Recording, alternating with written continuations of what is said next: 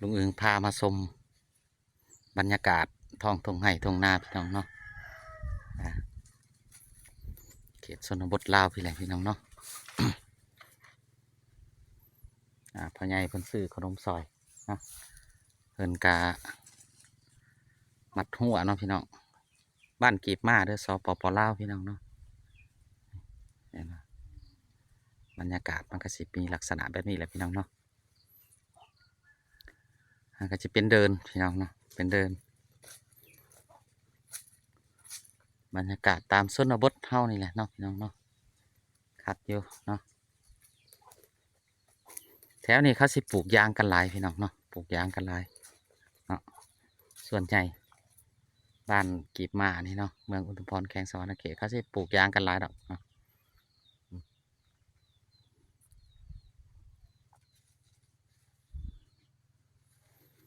นี่กาเป็นรถตลาดน้อยพุ่มพวงของพ่อใหญ่อึงเนาะอะยังบ่ยายขนมหั่นฝากลูกฝากหลาน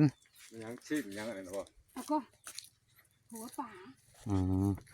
ทางเขาถือหัวป่าหันวันผุดได้วันนี้เนาะตลาดนัดบ้านเราเนาะหัวปลา1 10,000ปลาทังโกเอาตัวนี้ปะสาวบ่อนี่นะแม่หนูเจ๊เทิบกาแฟปะยายโอ้คนกินเจเฮิร์บอีกรถไร้จ่องไข่บ่อะไรไปข้างหน้าได้คนขับมี70 กว่ากินแต่เจเฮิร์บแล้วเห็นหลายคนได้กินกระคักนะชื่อยังเจ้าชื่อขนมเพิ่นก็ได้โอ้ได้หัวปลามาแต่ตลาดนัดดิ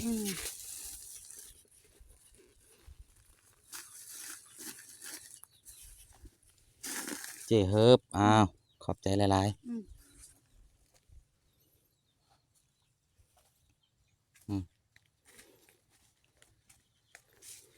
อย่างเข้าบ้านพุ่นแล้วเนาะมาแต่ทั้งบ้านงิ้วพุ่นบ่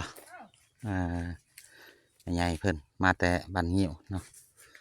นี่เขาก็สิลัดไปทางนี้เลยลัดข้ามไปหันได้บ่พ่อใหญ่ข้ามไปนี่เนาะมีแต่กลับคืนเนาะคันยามแรงคืออยู่เนาะยามแรงไปได้เนาะเขาก็สิกลับคืนเมื่อพุ่นแหละพี่น้องเอ้ยเนาะไปทางแม่ใหญ่พุ่นไปพุ่นแหละสิกลับคืนไปทางบอนเฮาอันพุ่นแหละเนาะ